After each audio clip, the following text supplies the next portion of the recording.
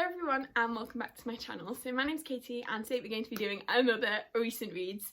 So yeah, let's just get started. So the first book I have to talk about is The Charm Offensive by Alison Cochrane, maybe Cochrane. I'm so bad at remembering authors' names. And this book emotionally destroyed me. Like, I thought I was getting a cute rom-com and instead I got punched in the face multiple times.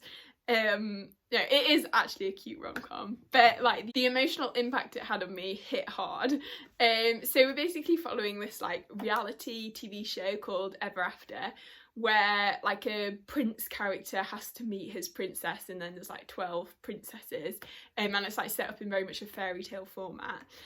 So Dev, one of the producers on this show, is very much like a romantic and like believes in true love and everything. And then Charlie, who is coming to be the like prince character contestant, in order to like reform his image in the tech world, because he had like basically essentially a panic attack and then was like kicked off his CEO board, comes to be a contestant. But then Charlie and Dev end up having more of a connection than Charlie has with any of the like princesses. But it's just so good, and I loved all the like mental health and mental illness discussions. Charlie has kind of panic disorder, OCD, like generalized anxiety, and then Dev sort of has depression.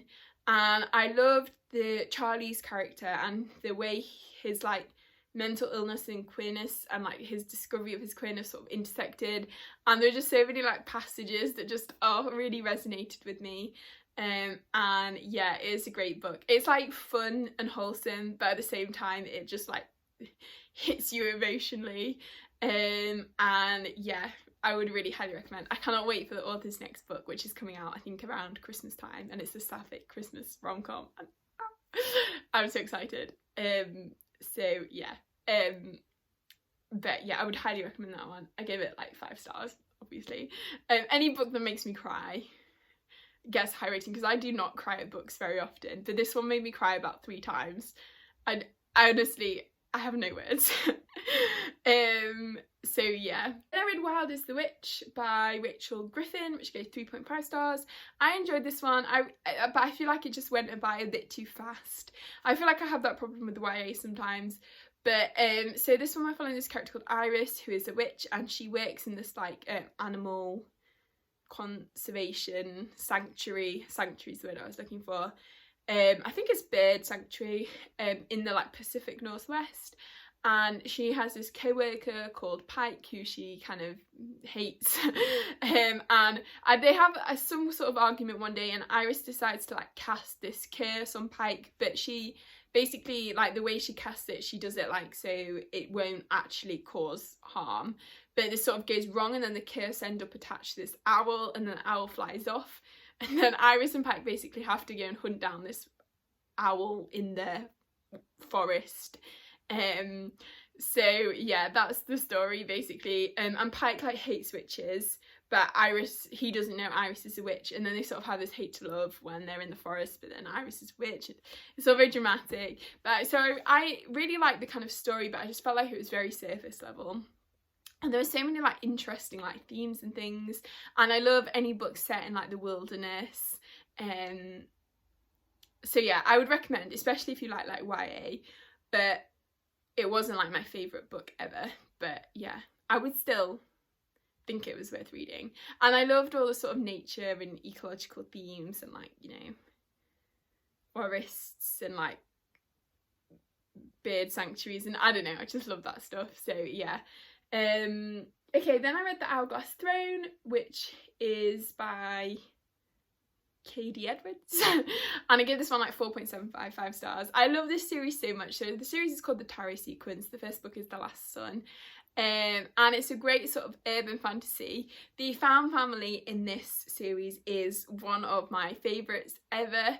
I just love them so much. It's like their own little court. So the first book, the main character Rune is like the heir to this sun throne, but the rest of his family have died, so he's sort of been raised in the care of this other throne called the Tower. So in the world, it's basically like there's these however many cards are in a tarot deck courts, and they all sort of run this like hidden city called Atlantis, I think so, which is like hidden from the human world.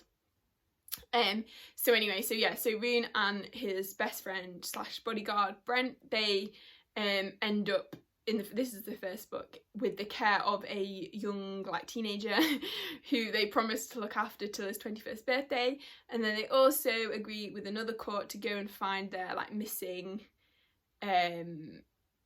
son of the other court lady, and the missing son is called Adam, who then Rune ends up having a bit of a relationship with. That was a really bad explanation. But anyway, so by the Hourglass Throne, Rune is basically, oh, I guess that would be kind of spoilery to talk about, but Rune is basically like finding his footing in his own little court with his great little farm family. And there are so many, I love the friendship in this series. I feel like there is a great romance, but there's such an emphasis on friendship, and I love it. And like the care when they're looking after like these little kiddos in their court, and I just love that. And I really like the whole plot as well. I'm trying to remember the plot of the Hourglass Throne. I feel like there's some sort of threat, but I'm getting it confused with book 2. But anyway, but I really love it. And the main character Rune as well is Ace, which I think is really cool rep as well. I think it's done very well. So yeah, that's that one. Oh, there's so many good books. And then I read The Book Eaters by Sunyi Dean, which I also gave like 4.75/5 stars. And this book was so good. I loved it. I don't think I was expecting to like love it quite as much as I did, but oh, it was great. So we're following the main character, whose name I have forgotten. It might come to me. And she basically has been raised in this like book eater society. So she is a book eater, and they are basically like creatures that live hidden from humans, kind of like vampires. But instead of feeding on blood, they like eat books to survive. And they are very sort of like traditional and like conservative, and they live in these big manor houses hidden in the English countryside. And then because women book eaters are quite rare, they like trade the women between houses like in arranged marriages for 3 years for them to go and have a kid, and then the women get sent back and the kid is like raised in the kind of family where they were born. So yeah, the main character, she has grown up in this society, but she has a son who is a mind eater. So mind eaters are like this iteration of book eaters, who instead of eating books to survive, they have to eat brains to survive. But the kind of book eater society has got this substance called redemption, which is like a pill that mind eaters can take, which means they can like sustain themselves on books. But the family who have like a monopoly on redemption have undergone this sort of coup, and now no one is producing redemption. So this is a very complicated explanation. The main character, she runs away with her son because she doesn't want her son to be like taken, because he is a mind eater. So, and then they are like living in the like human, I think they're living in Newcastle or something when the book starts, and trying to survive in the human world. And she is like getting people for her son to feed on.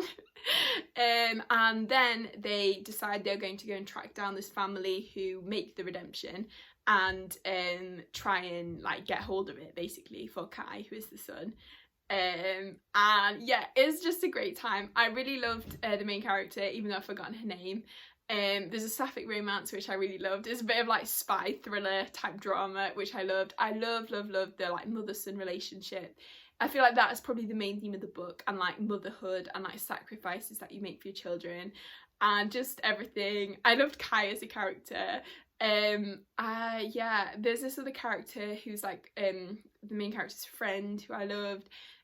Just the whole like book eater society was really fascinating, and like the sort of like the way it mirrored, I guess, the patriarchy and stuff, and like women's freedoms and rights and just everything. It was just all so good, and like the drama and action was great. Gave like, you know, like 1920s Pulp Fiction vibes, but like in a more modern setting, but also a fantastical setting. I don't know, it just all worked so well, and the writing was amazing, and very sort of like quietly lyrical, I would have said. That would be my description of it. Like you didn't think, wow, this is beautiful writing while you were reading it, but it just like, it kind of similar to Ken Liu's writing, I feel. Like it's sort of quietly like philosophical without being like overly purpley and lyrical. I don't know. So yeah, I would really highly recommend that book. Okay, then I read The Dance Tree by Karen Hargrave, which I gave 4 stars.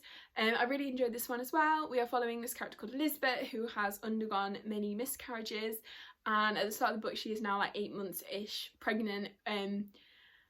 So she is obviously quite anxious about the baby, and it is set on the backdrop of like medieval Germany. I think it's Germany. I'm sure Strasbourg is in Germany.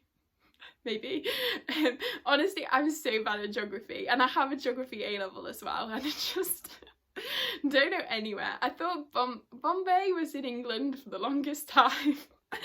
But anyway, I mean, it's not even called that anymore, so I feel like that's fair on me for thinking that. So it's like a really hot summer, and there's a city, Strasbourg, and this weird like dancing plague or dancing fever has like taken over the city. So people, like this one woman starts dancing and then more people start dancing and they just don't really stop.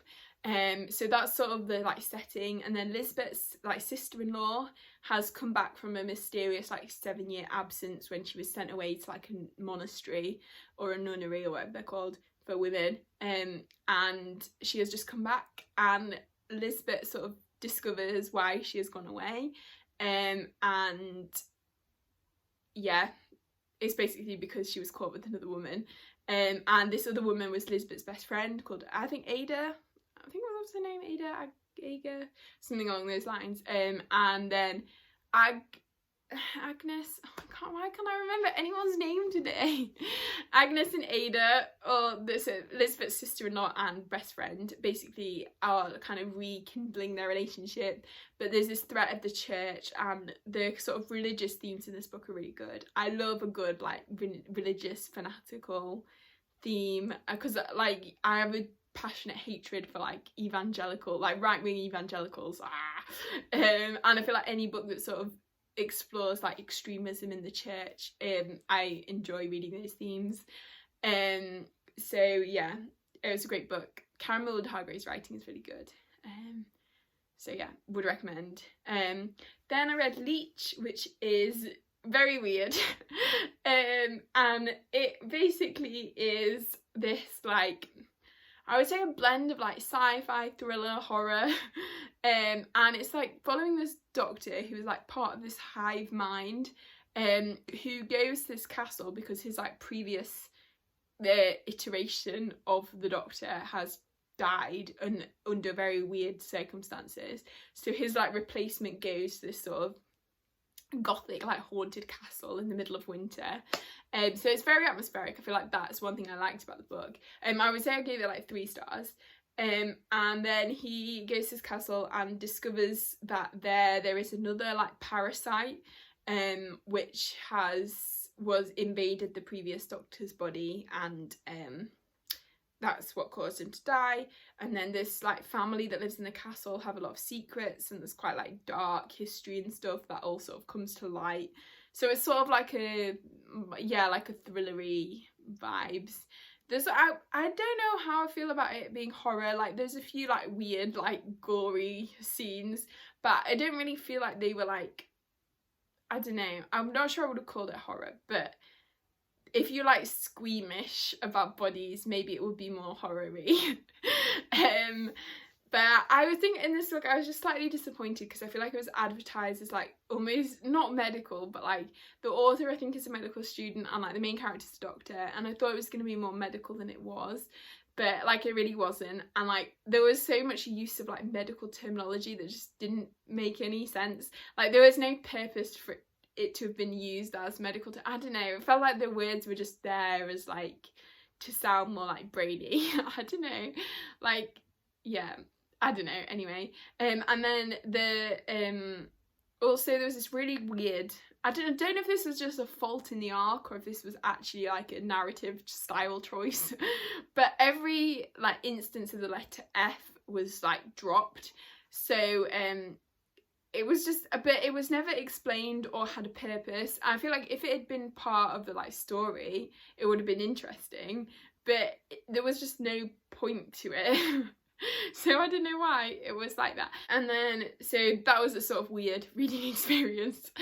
And then after that I read A Cruel and Fated Light by Ashley Shuttleworth, which I gave 4.5 stars. I love this series.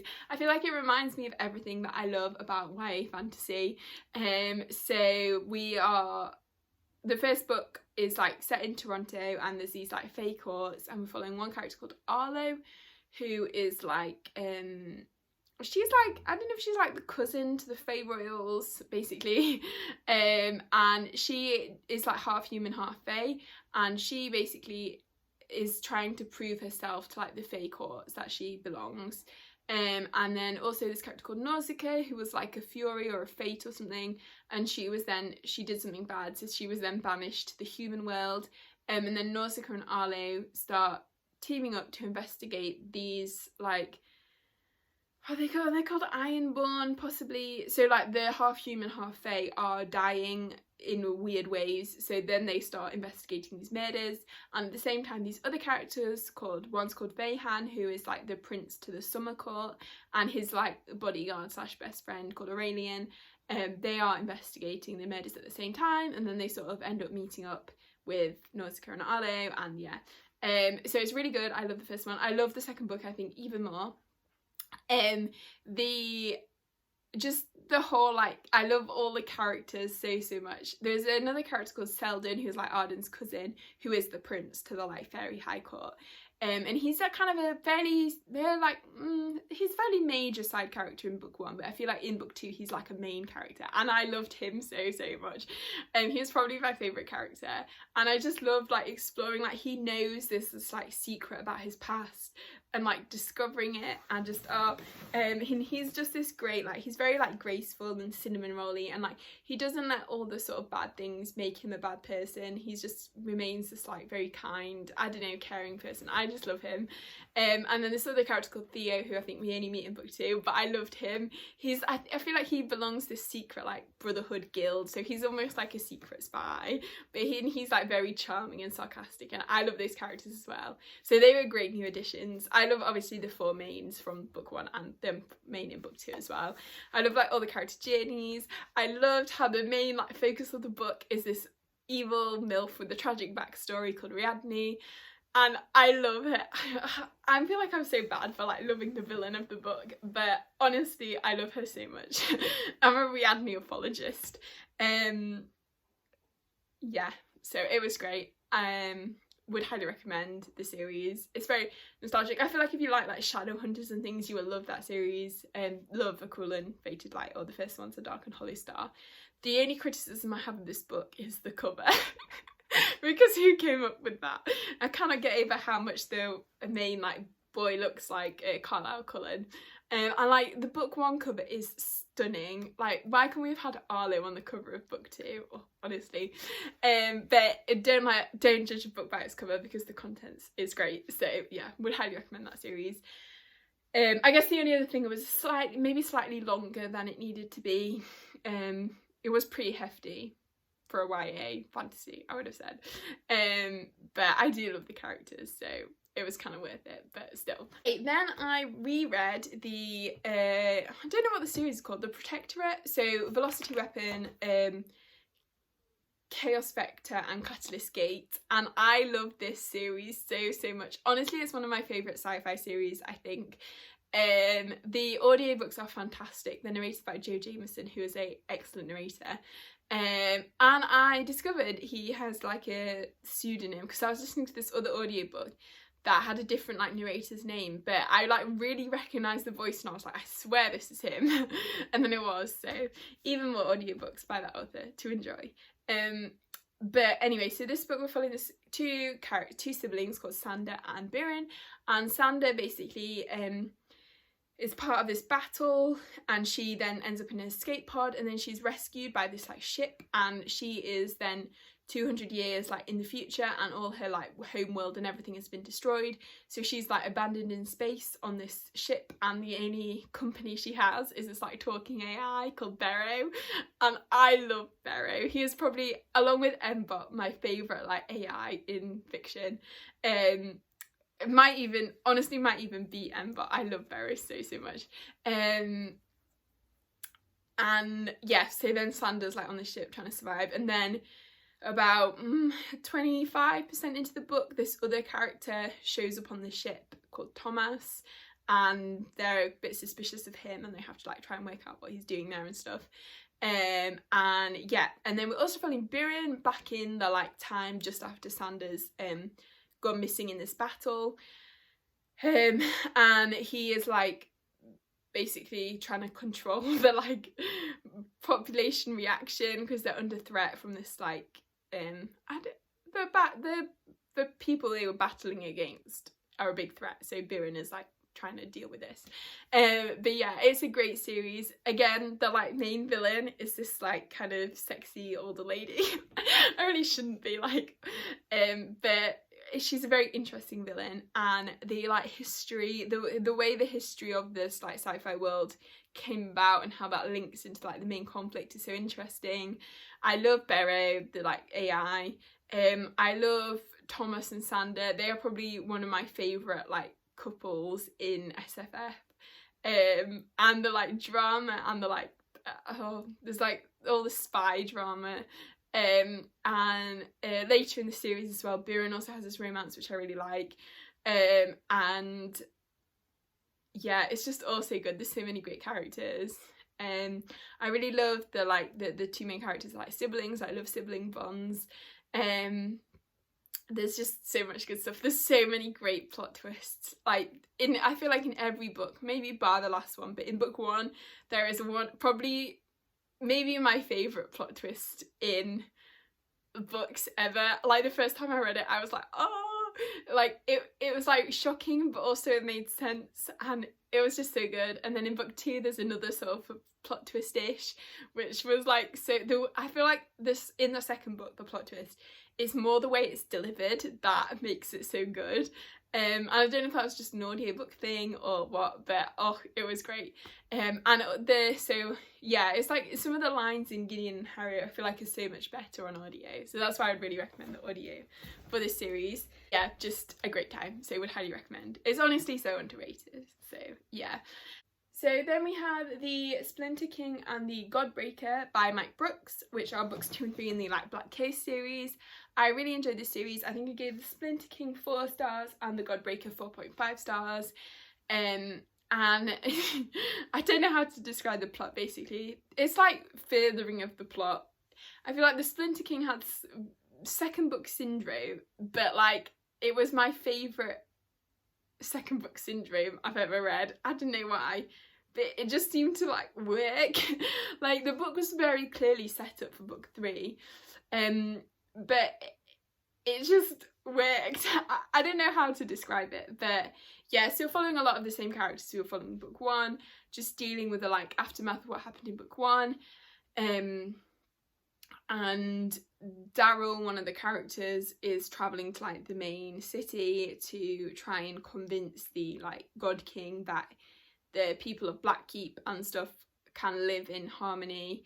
And then there's just a lot of like manoeuvring chess pieces basically, and then everything all kicks off in the Godbreaker. And I love the Godbreaker, it's probably my favourite in the series, and it's just so good. Like the opening few, like first 20% or something, they're dealing with this like tsunami, which was so cool. And then just the whole politics and the conflict. I love like all the relationships that form, and just the sort of yeah, it's just very like classic cozy, well I would say it's fairly cozy like fantasy, sort of an emphasis on like finding peace rather than finding war. I'd say the later 2 books are more dramatic than book 1 in terms of like conflict and things. Some of the main characters like Marin and Alazar I love, and they sort of end up with this other character called Ravi who I also love. I love Zana and the like tease of her sapphic relationship. I love Daryl and Hiran. There's just so many great characters who I love.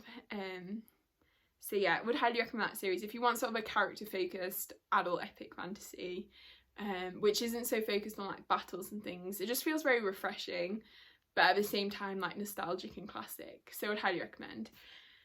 Okay, then I read Of Dragons, Feast and Murders and Of Charms, Ghosts and Grievances by Alia de Bedard, and these 2 are 2 novellas in a series. following these two husbands. One of course is Thrawn, maybe pronouncing that wrong, and Asmodeus. And they are travelling to Thrawn's like court, which is like a dragon court basically. I think inspired by like Vietnamese, I think is the inspiration. And then when they're there, there's basically these murder mysteries going on. In the first book, there's a murder mystery. And then in the second book, it's like this murder mystery, but there's like a ghost child involved. And they're just really fun, little cozy murder mysteries. And the dynamic between Thrawn and Asmodeus is so, so good. Thrawn is like this little cinnamon roll, and Asmodeus is like this stabby, murder, grumpy, but has a heart of gold. Especially in the second book when they're like looking after the children. Oh, I love them so much. And just their dynamic is so great. And they are novellas, but like you get so invested in the characters, and they're just a really great time. Would highly recommend. I think I gave the first one 4 stars and the second one 4.5 stars. And it made me want to go and read her other series, which I think Thrawn and Asmodeus are characters in. I think the first one's called The House of Shattered Wings.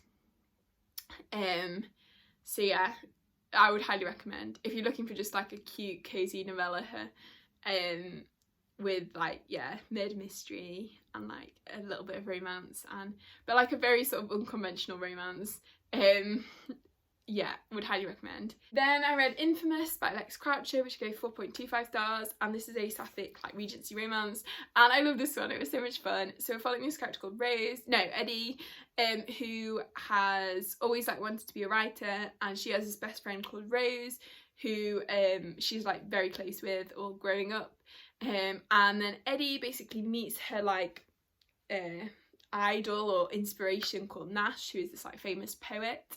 And she sort of has starry eyes for Nash, but Nash he's a bit of a sleazebag, which you can very clearly see as the reader. But Nash invites Eddie to go to his like country estate on this like writing retreat. So Eddie goes along with Rose and like some other characters, and yeah, it's basically Eddie sort of discovering that she has her own like worth as a writer and to like believe in herself, and then also the romance between Eddie and Rose, which I love so much. And Eddie is just so oblivious, and I have a real like, I love when it's like best friends to lovers with one of them who's like really in love but kind of exasperated with the other, and the other one is like totally oblivious. I love that dynamic so much, and yeah, it was just really fun. And I would highly recommend if you like historical romance. I wouldn't say it was like super smutty. There was like 1 or 2 sex scenes, but like not really explicit. So it's more of like, I would say it's more of like a romance, not a erotica. Yeah, I don't know why I felt the need to put that out there, but I did. I feel like I need a little smut scale. Yeah, if it was like going from 1 to 5 chili peppers, 5 being like super spicy, I would give it like 2. There we go. That's my new rating scale for any romance book. Okay, then I read Meloria, which I gave 4.5 stars, and this is like a really like cozy fantasy. Oh, I just filmed a cozy fantasy video and I should have included this one. Anyway, I can't remember exactly what happens, but basically it's like this baker in this like fairy elven, I think they're elves possibly, some sort of magical beings castle, and one's a baker, and then he like ends up helping out this prince, and the prince is like quite low in the like pecking order.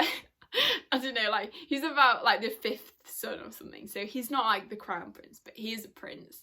And so the baker ends up saving the prince's life, and then they just go on, I think they just go on a little adventure together and have this really sweet little romance. Like, it's very like low stakes and cozy, but it's really sweet. I really like the sort of identity exploration and like the sort of feeling at home and things. I don't know, I just really enjoyed it.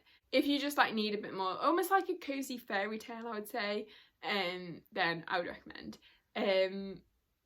So yeah, that was that one. I think that's everything.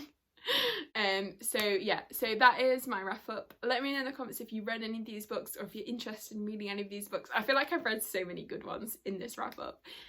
Honestly, yeah, like Charm Offensive, really highly recommend. The Book Eaters, really highly recommend. What else haven't I talked about?